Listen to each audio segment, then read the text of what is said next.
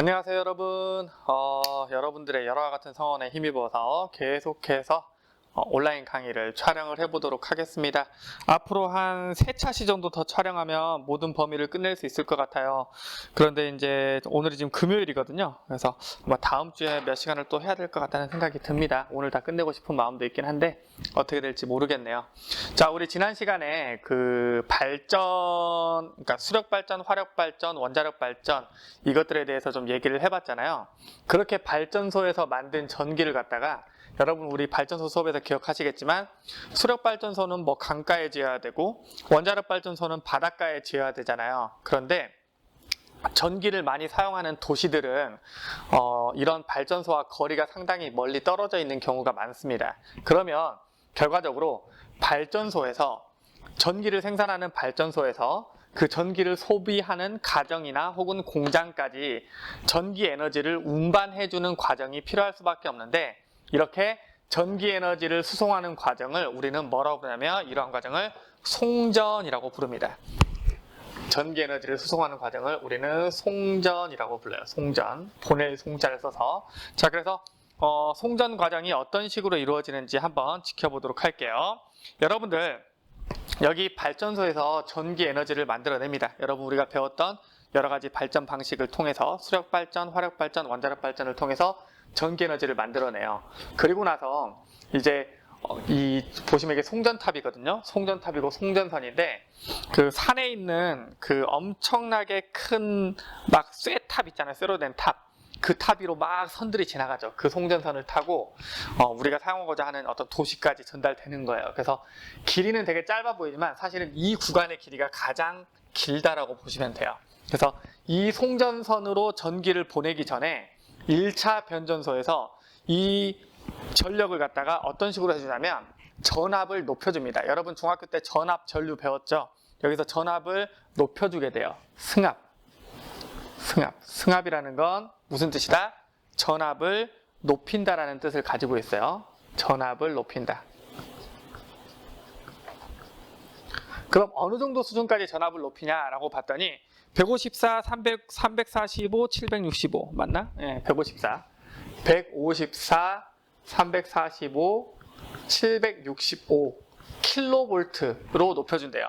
자, 킬로라는 게 1000이기 때문에 15만 4천 볼트, 34만 5천 볼트, 76만 5천 볼트의 엄청나게 높은 고전압으로 이렇게 전력을 보내주게 됩니다. 송전선을 통해서. 그러니까 우리가 송전선을 만지면 되겠어요? 안 되겠어요?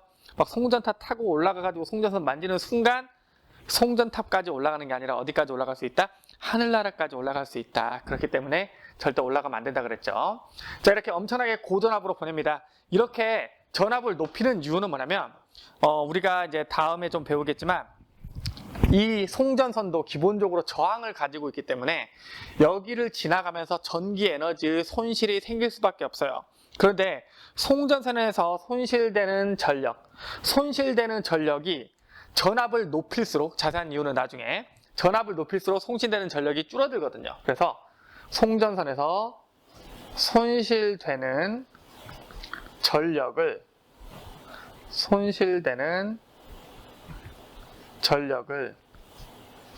최대한 최소로 줄이기 위해서 전압을 높입니다.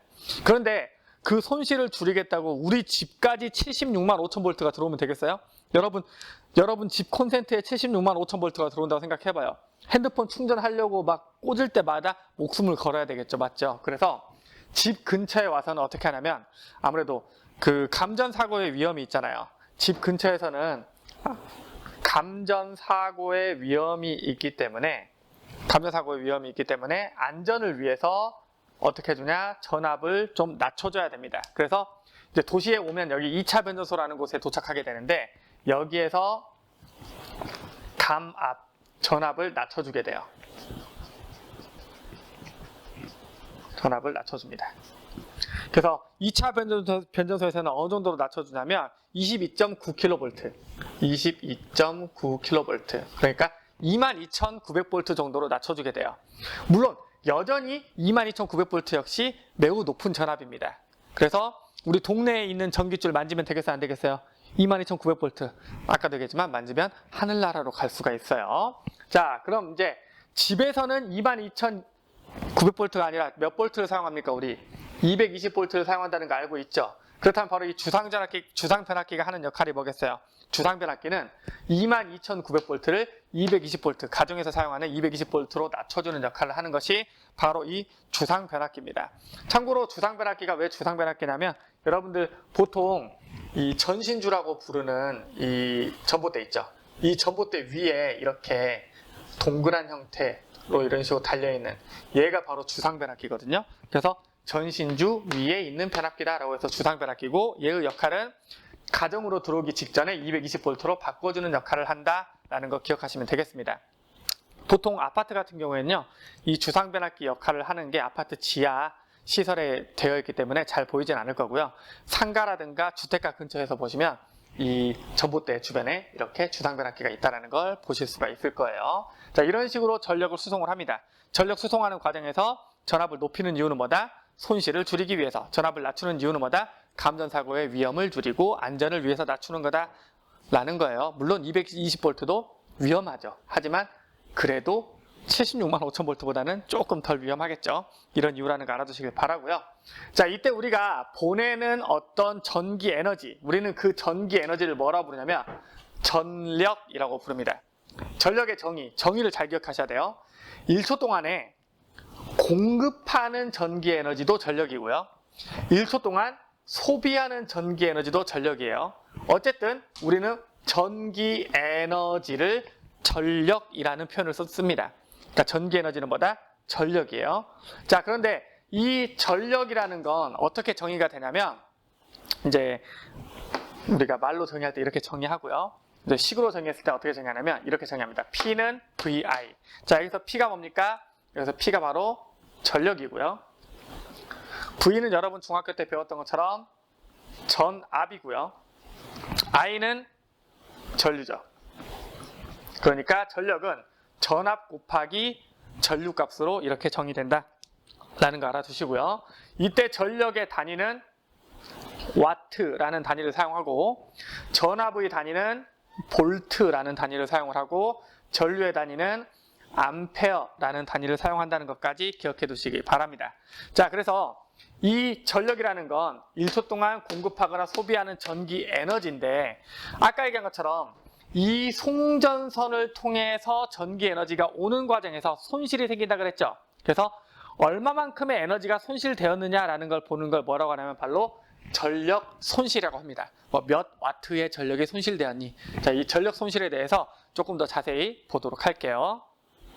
아까 얘기했던 것처럼 여러분 그 송전선에서 전력을 수송하는 과정에서 송전선 자체가 저항을 가지고 있기 때문에 그로 인해 송전선에서 전력 손실이 생긴다 그랬잖아요. 그래서 그 송전선에서 전력 손실이 생길 때 얼마만큼의 손실이 생기는지에 대해서 지금부터 좀 얘기를 해보도록 하겠습니다. 자, 여러분들 중학교 때 배웠던 내용 보도록 할게요. 중학교 때 배웠던 내용 리뷰를 해보도록 하겠습니다. 여러분 중학교 때 이런 거 보셨죠? 건전지가 연결되어 있고요. 저항이 연결되어 있어요. 자, 건전지가 연결되어 있으니까 전류가 흐르겠네. 근데 전류가 흐르는 과정에서 여기 저항이 존재하면 이 저항이 전기 에너지를 사용을 하죠. 얘가 전기 에너지를 사용합니다. 그래서 이 저항이 뜨거워지던가요? 차가워지던가요?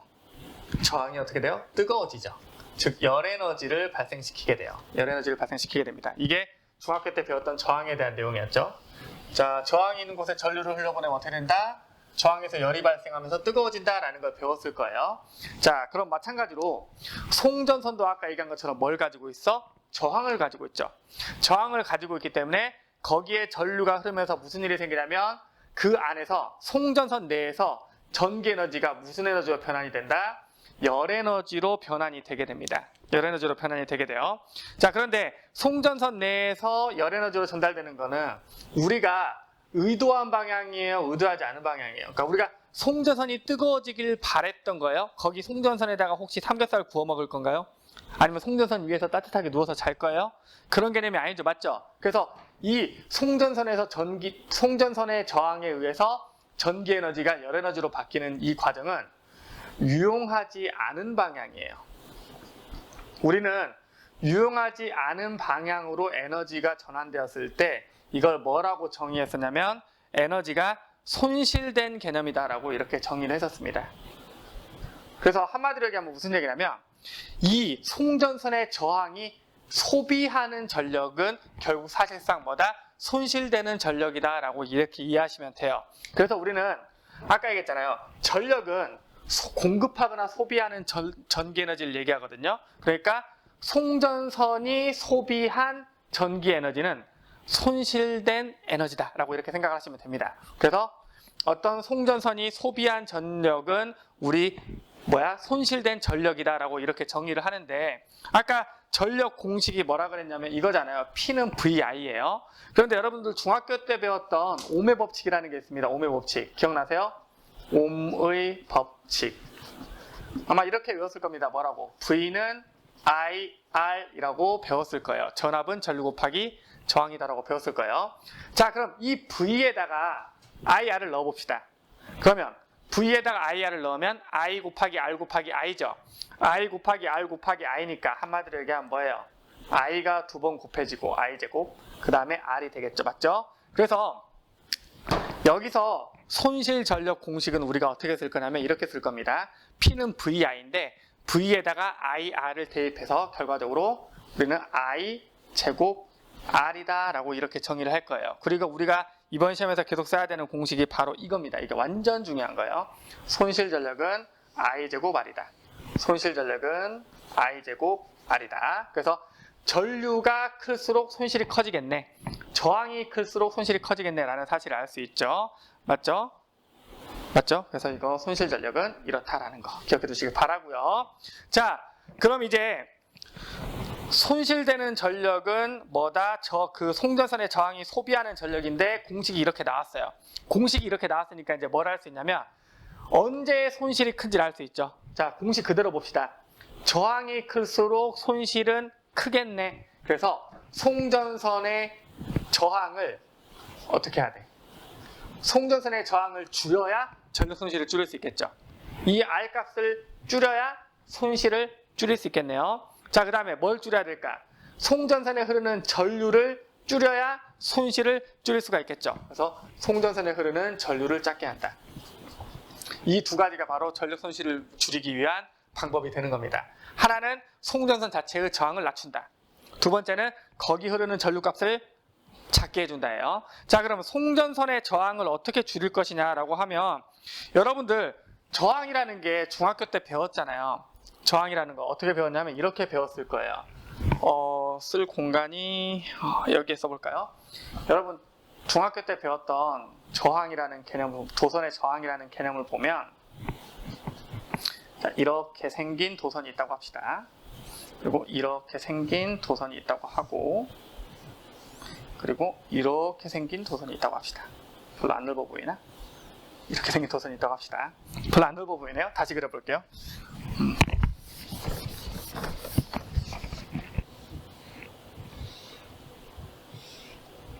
자, 이 도선의 단면적을 S, 이 도선의 길이를 L이라고 합시다. 이 도선의 단면적은 똑같이 S인데 길이가 2L이라고 합시다. 이 도선의 단면적은 2S고 길이가 L이라고 합시다. 이때 어떤 경우에 저항이 가장 크고 어떤 경우에 저항이 작은지 배운 적 있죠? 어떻게 배웠냐면 이렇게 배웠어요. 만약에 이 녀석의 저항이 R이라고 하자.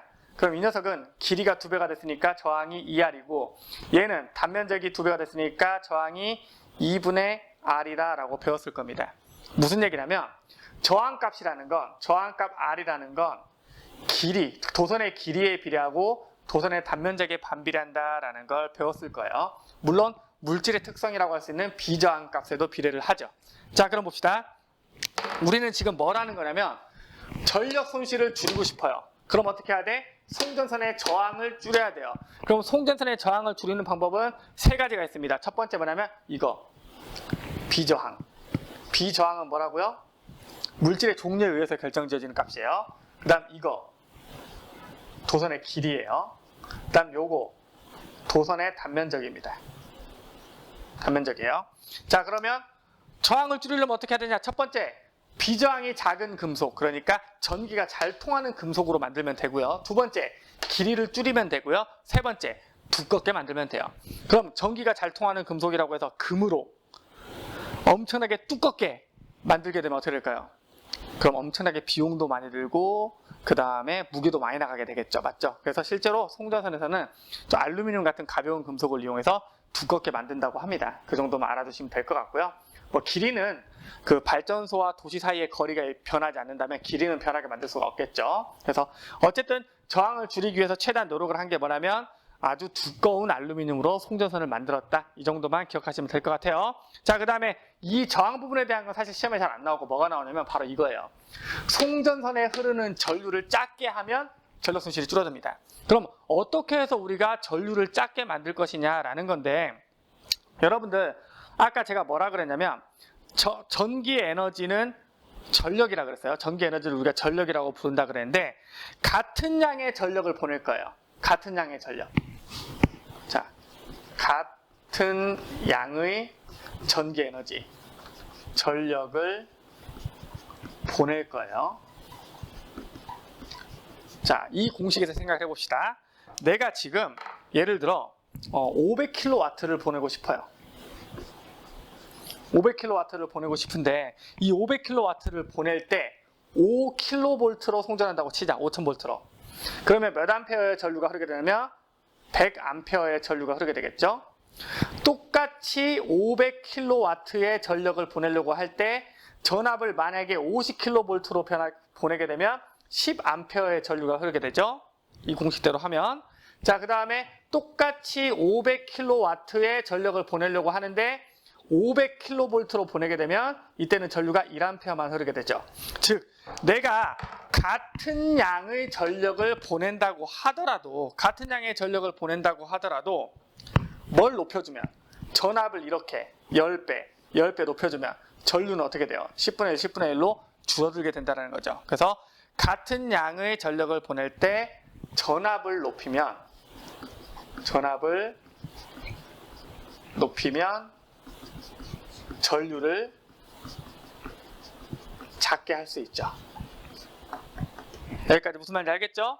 자, 그럼 전류를 작게 하면 어떻게 돼요? 같은 양의 전력을 보내는 과정에서 전류값을 작게 하면 전류값이 만약에 10분의 1로 줄어들면 지금 여기서 전압을 10배로 올리니까 전류는 10분의 1로 줄어들었죠? 전압을 10배 올리니까 전류는 10분의 1로 줄어들었죠? 그럼 전류가 10분의 1로 줄어들면 손실 전력은 전류의 제곱에 비례하니까 만약에 전류를 10배 올리면 손실 전력은 100분의 1로, 아니, 전류를 10분의 1로 줄이면 손실 전력은 100분의 1로 줄어들고 전류를 100분의 1로 줄이면 손실 전력은 10,000분의 1로 줄어들게 되는 거예요. 그래서 우리가 이렇게 얘기를 하죠. 어떻게 하냐면 전압을 n배 높이면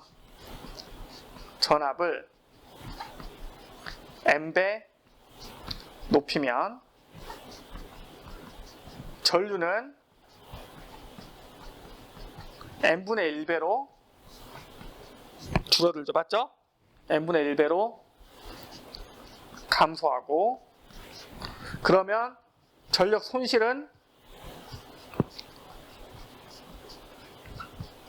n의 제곱분의 1배로 감소하게 되죠. n의 제곱분의 1배로. 전압을 2배 높이면 전류는 2분의 1이 되고 손실은 4분의 1로 줄어들어요.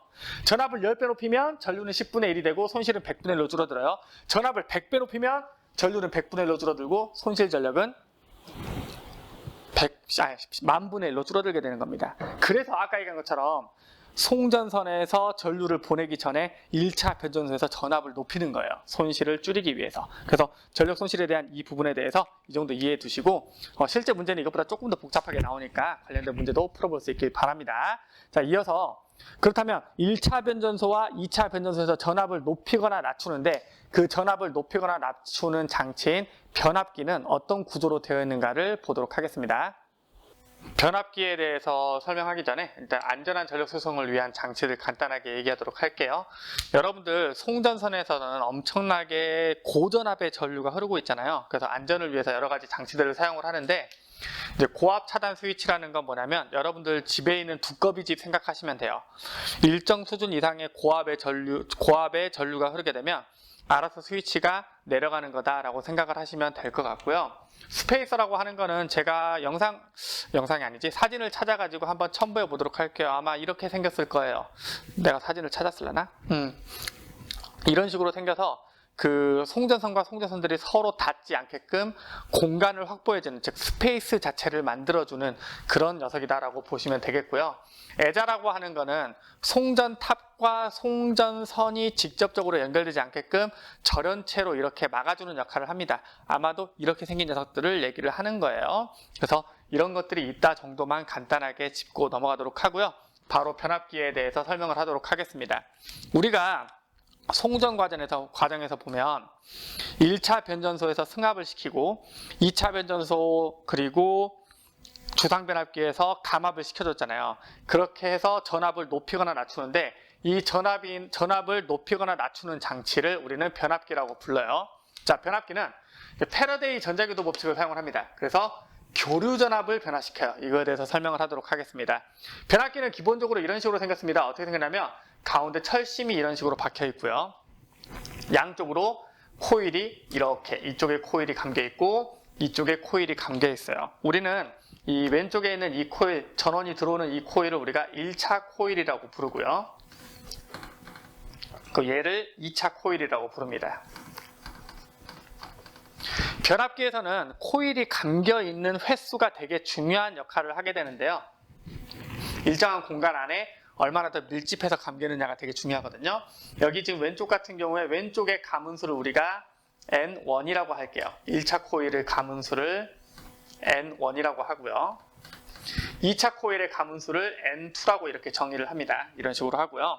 그 다음에 여기 있는 이 전원장치, 이 전원장치가 만들어주는 전압을 1차 코일에 걸리는 전압이니까 V1이라고 하고요. 그리고 여기 2차 코일, 이쪽에 걸리는 전압을 우리가 V2라고 하겠습니다. V1이라고 하고 V2라고 썼네. V2라고 하겠습니다. 그리고 이쪽 회로에 흐르고 있는 1차 코일 쪽 회로에 흐르고 있는 전류값을 I1, 2차 코일 쪽에 흐르고 있는 전류값을 I2라고 이렇게 정의를 하겠습니다.